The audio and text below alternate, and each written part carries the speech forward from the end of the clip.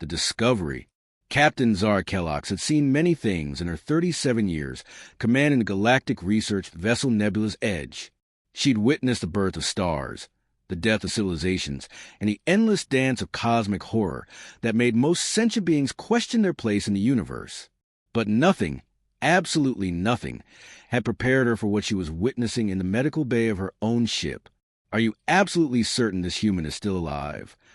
Dr. Vex Morgan asked, his 6 eyes blinking in rapid succession as he stared at the readouts on his medical scanner. The Zephyrian medic's tentacles twitched nervously, a sure sign he was either fascinated or terrified, possibly both. "Define alive," Commander Jake Morrison replied with a grin that would have been unsettling to anyone who didn't know him. He was sprawled across the medical examination table, looking remarkably comfortable for someone who had just consumed what amounted to liquid death. "I mean, I can still feel my toes, so that's something, right?" Zara rubbed her temples, feeling the familiar pressure of a headache building behind her cranial ridges.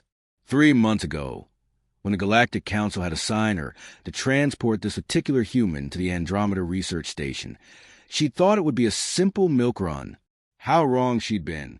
"Let me get this straight," she said, her voice carrying that particular tone that suggested someone was about to receive a very unpleasant lecture.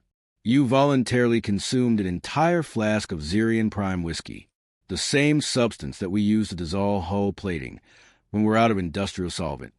"Well, when you put it like that, it sounds way more dramatic than it actually was," Jake said, sitting up and stretching like he'd just woken from a pleasant nap. "Besides, Gore bet me I couldn't handle a real drink. What was I supposed to do, back down?" From the corner of the medical bay, Gore Thane let out a sound that was somewhere between a growl and a whimper. The massive Corvin security officer, who stood nearly 3 meters tall and weighed as much as a small shuttle, was currently curled up in what could only be described as a fetal position. His normally rock-hard exoskeleton had taken on a distinctly greenish hue. "I only had half a shot," Gore moaned, his voice muffled by his own arms. "Half a shot, and I can still taste colors. How is a human not dead?" Dr. Morgan's tentacles continued their nervous dance as he consulted his readings again. "Captain, according to these scans, the human's liver is not just processing the toxins. It's actually breaking them down and converting them into what appears to be energy." "Energy?" Zara leaned forward, her scientific curiosity overriding her exasperation. "What kind of energy?" "I have no idea," the doctor admitted. "This is beyond my expertise. The human's metabolic rate has increased by 47%, his reflexes are enhanced, and his cognitive function appears to be, well, let's just say he's been speaking in what I can only describe as witty one-liners for the past hour." "That's just Tuesday for me, Doc," Jake said, hopping down from the examination table with a spring in his step that definitely hadn't been there before. "Though I'll admit, I'm feeling pretty good right now. Like I could arm wrestle a Titan-class mech and win." "Please don't," Zara said quickly. "We only have one mech, and I need it functional." The ship's intercom crackled to life, and the voice of navigation Officer Kira Voss filled the medical bay. "Captain, we're receiving a priority transmission from the Galactic Health Authority. They're requesting immediate medical data on the human passenger." Zara's blood ran cold. The Galactic Health Authority only got involved when there was a potential pandemic or when someone had done something spectacularly stupid that could affect multiple species. Given the current situation, she was betting on the latter. "Patch it through to the medical bay," she ordered. The holographic display flickered to life, revealing the stern face of Director Island Karoth, a Valdorian whose reputation for dealing with biological anomalies was matched only by his complete lack of patience for what he considered evolutionary stupidity. "Captain Kellox," Director Karoth began, his voice carrying the weight of official authority and barely contained irritation. "We understand you have a human aboard your vessel who has consumed a Class A biological weapon." "I wouldn't call it a weapon," Jake interjected cheerfully. "More like a really aggressive beverage choice." Director Karoth's expression didn't change, but Zara caught the slight twitch around his eyes that suggested he was reconsidering his career choices. "The substance your passenger consumed is registered as a military-grade chemical weapon by 17 different star systems. It's designed to incapacitate armored vehicles. Incapacitate. Jake looked genuinely confused. I thought it was supposed to be recreational. For who? The director demanded. Species that can handle their liquor, apparently. Jake replied with a shrug. Look, I get that you're all worked up about this, but I'm fine. Better than fine, actually. I feel like I could run a marathon, solve quantum mechanics, and compose a symphony all at the same time. Dr. Morgan's tentacles stopped twitching and went completely still. In Zephyrian body language, this was the equivalent of a human's jaw dropping to the floor. Captain, his neural activity is off the charts. The toxins appear to be acting as some kind of cognitive enhancer for his species. That's impossible. Director Kara stated flatly. The molecular structure of Xerian Prime whiskey is specifically designed to shut down higher brain functions. It's been tested on over 300 different species.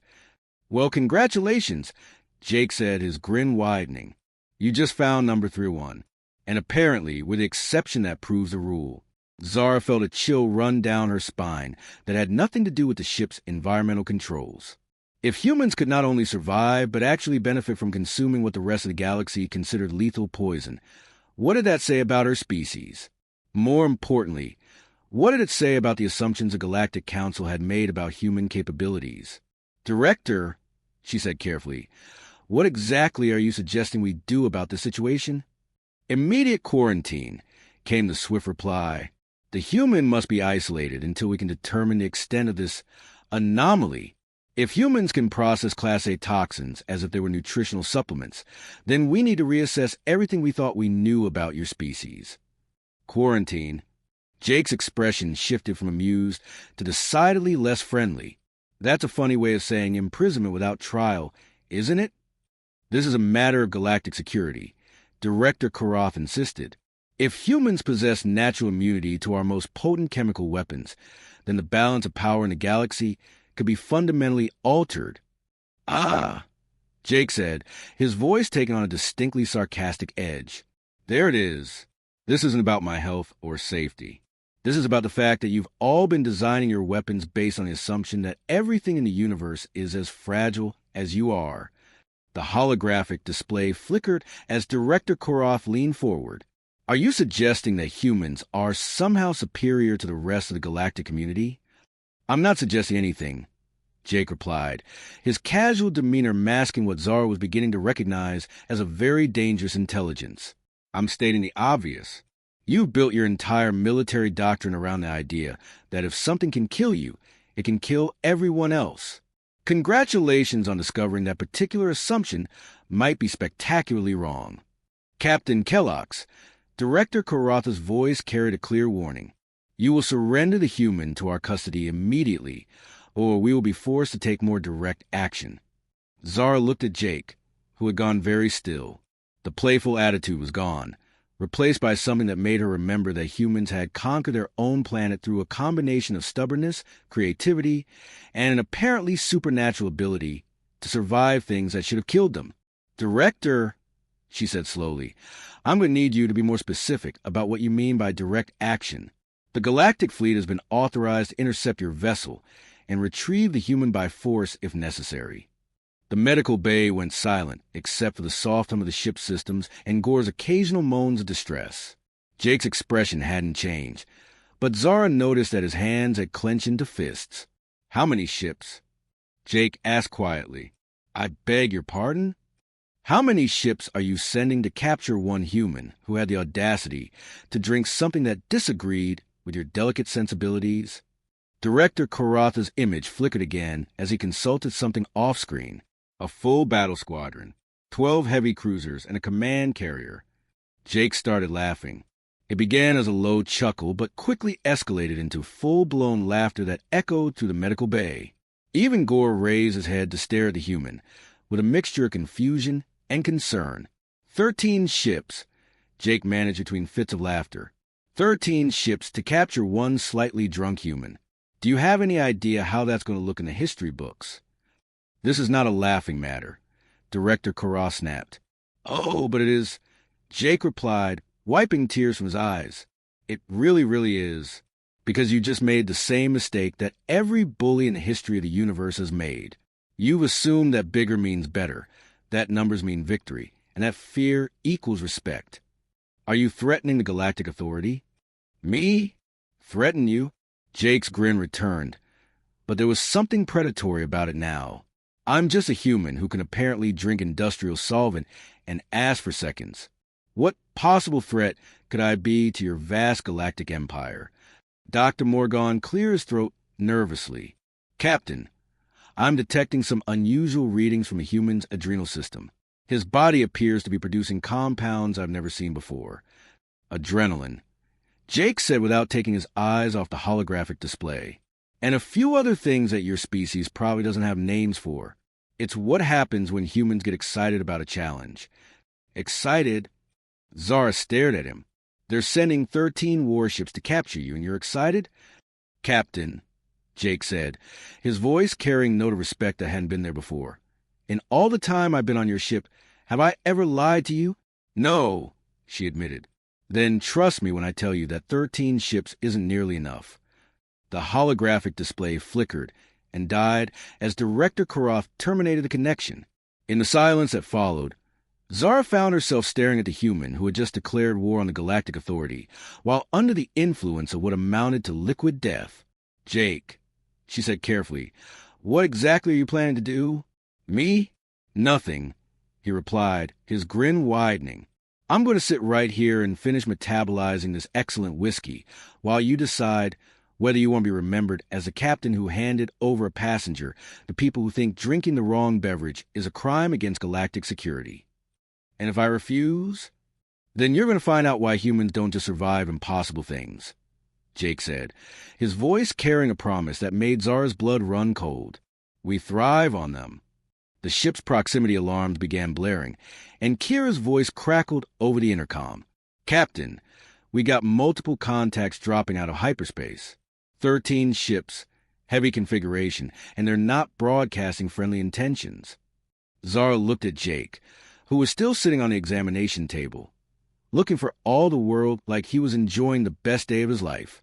Any regrets about that drink? Just one, Jake replied, his eyes gleaming with something that might have been anticipation. I should have asked for a bigger glass.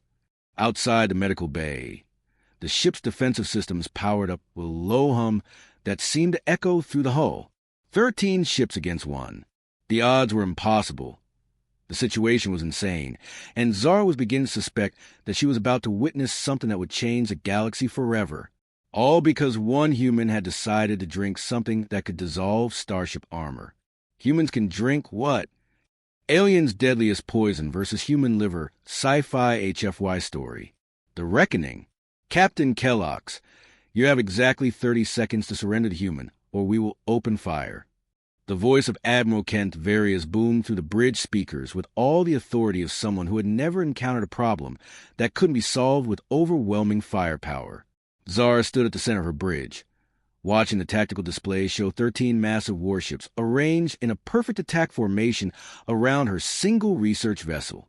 Admiral, she replied, her voice steady despite the fact that her heart was beating fast enough to power a small reactor. I'm going to need you to clarify something for me. Are you really threatening to destroy a civilian research vessel over a passenger who had too much to drink? The human consumed a Class A biological weapon and survived. Admiral Various responded, this represents a fundamental threat to galactic security that must be contained. From the bridge entrance, Jake Morrison strolled in with the casual confidence of someone who had just enjoyed a pleasant stroll through a park rather than consuming enough poison to kill a small army. The effects of the Zerian Prime whiskey were still clearly visible. His movements were fluid, almost predatory, and his eyes held an alertness that seemed to take in every detail of the bridge simultaneously. Admiral, Jake called out cheerfully, I couldn't help but overhear your little ultimatum. Mind if I ask you a question?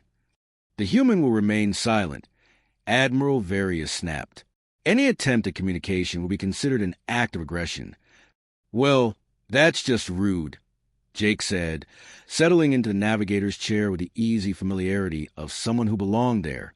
I was just going to ask if you've ever actually fought humans before, or if you're basing your entire battle plan on theoretical models.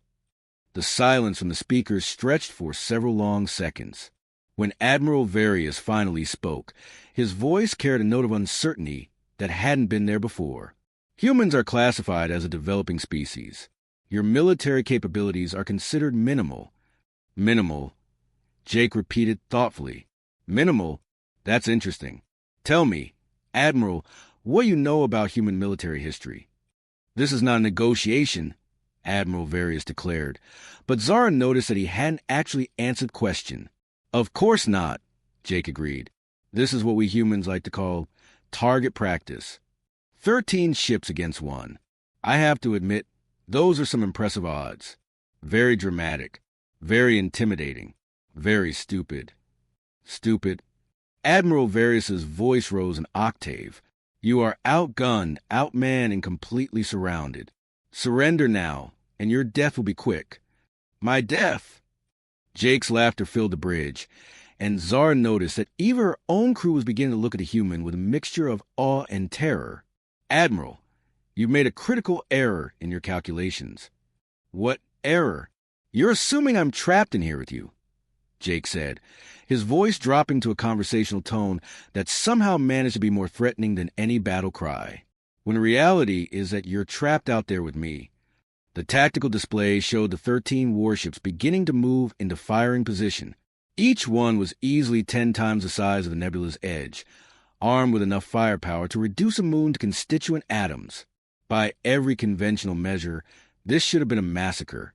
Jake, Zara said quietly, what are you planning? Planning? Jake stood up and moved to the communications console. Captain, I'm hurt. You make it sound like I'm some kind of scheming mastermind. I'm just a guy who had a drink and is now dealing with the consequences. The consequences of drinking poison and surviving. The consequences of drinking poison and discovering that what the rest of the galaxy considers a lethal weapon, humans consider a mild stimulant. Jake corrected. There's a difference. He activated the ship's external communication system, and his voice carried across the void to the 13 warships surrounding them. Admiral Various, I'm going to make you a counteroffer. You are in no position to make offers. I'm in the perfect position to make offers, Jake replied.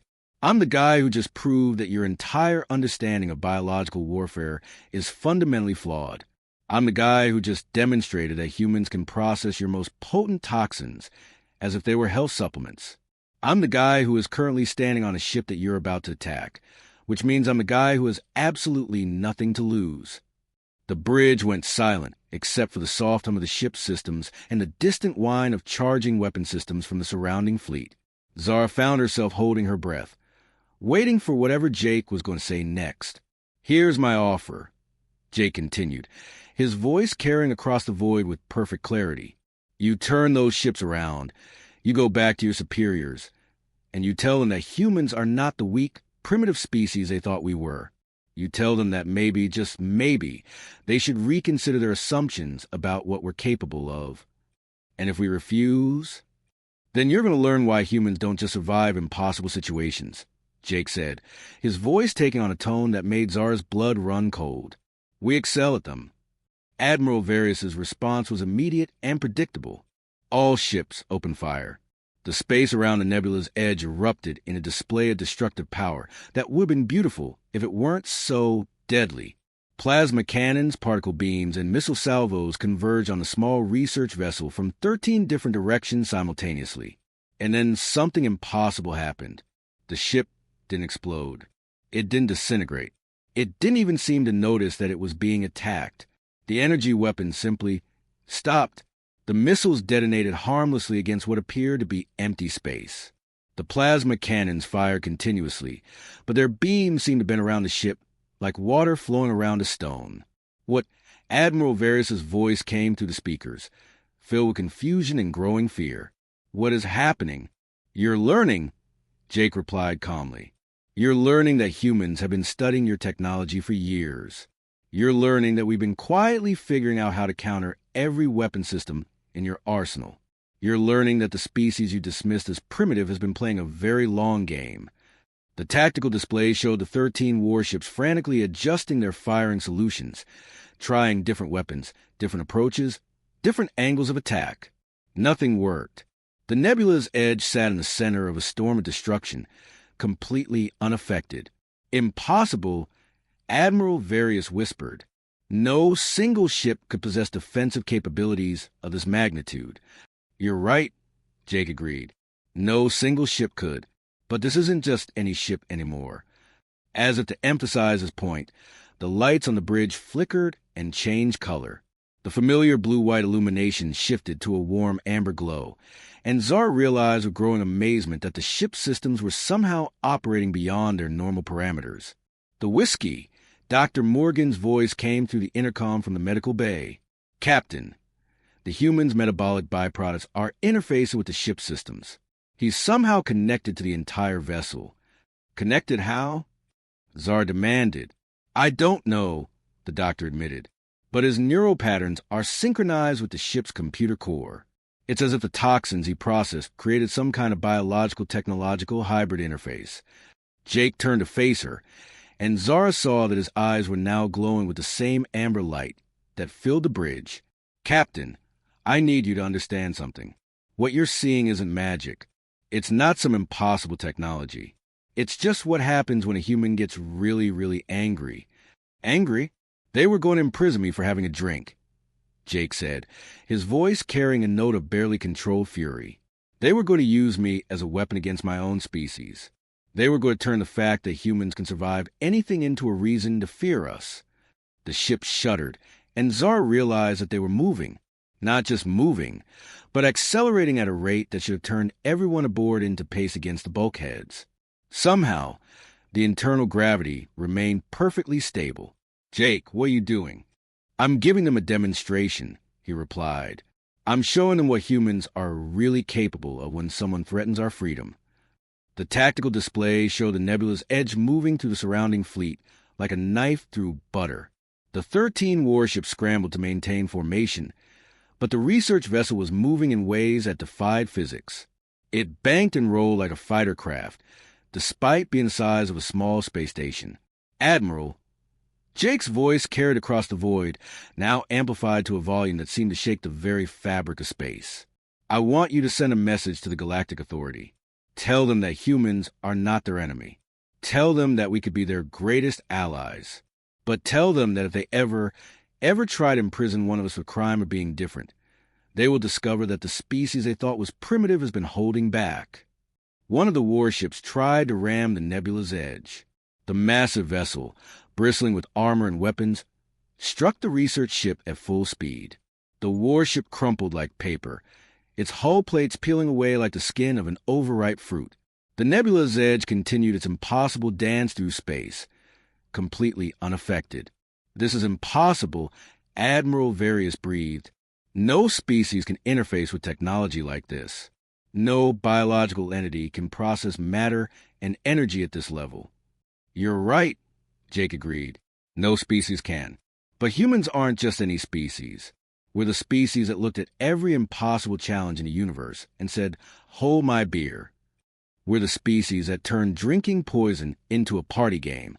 We're the species that takes your greatest weapons and turns them into our greatest strengths.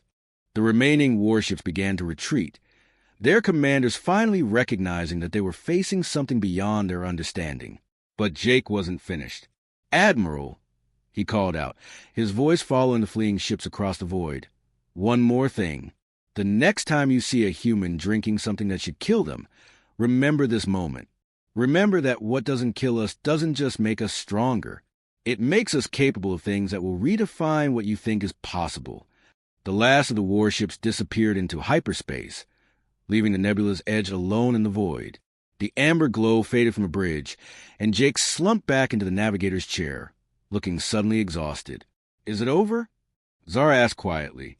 For now, Jake replied, but this is just the beginning. They're to go back to their superiors and report that a single human consumed their most potent weapon and used it to interface with alien technology. They're going to report that humans aren't the primitive species they thought we were. And then Jake's grin returned, weaker now, but still carrying that dangerous edge. Then the real fun begins. Because now they know that humans can drink anything, survive everything, and turn their greatest fears into our greatest advantages. What about the Galactic Authority?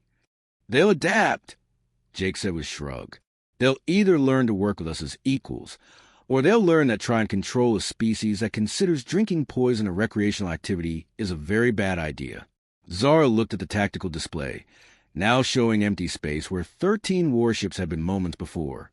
Jake, what exactly are humans? We're the species that looked at a universe full of impossible challenges and said, "Challenge accepted," Jake replied. We're the species that turns every obstacle into an opportunity. We're the species that takes your deadliest poison and asks for seconds. And now we're going to finish our trip to the Andromeda Research Station, Jake said, settling back in his chair.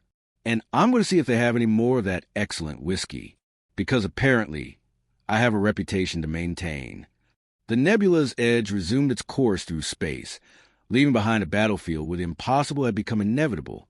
In the medical bay, Dr. Morgan was frantically trying to understand readings that suggested a single human had somehow achieved technological symbiosis through consumption of industrial solvent. In the cargo bay, Gore was slowly recovering from his half-shot of whiskey, muttering about humans and their terrifying biology. And on the bridge, Zara was beginning to understand that her passenger wasn't just a human who could drink poison. He was a representative of a species that had spent millennia turning every attempt to kill them into a reason to thrive. And now the galaxy was about to learn what that really meant. "Jake," she said quietly, "remind me never bet against a human again." "Smart choice, Captain," Jake replied with a grin, "because we always drink to win."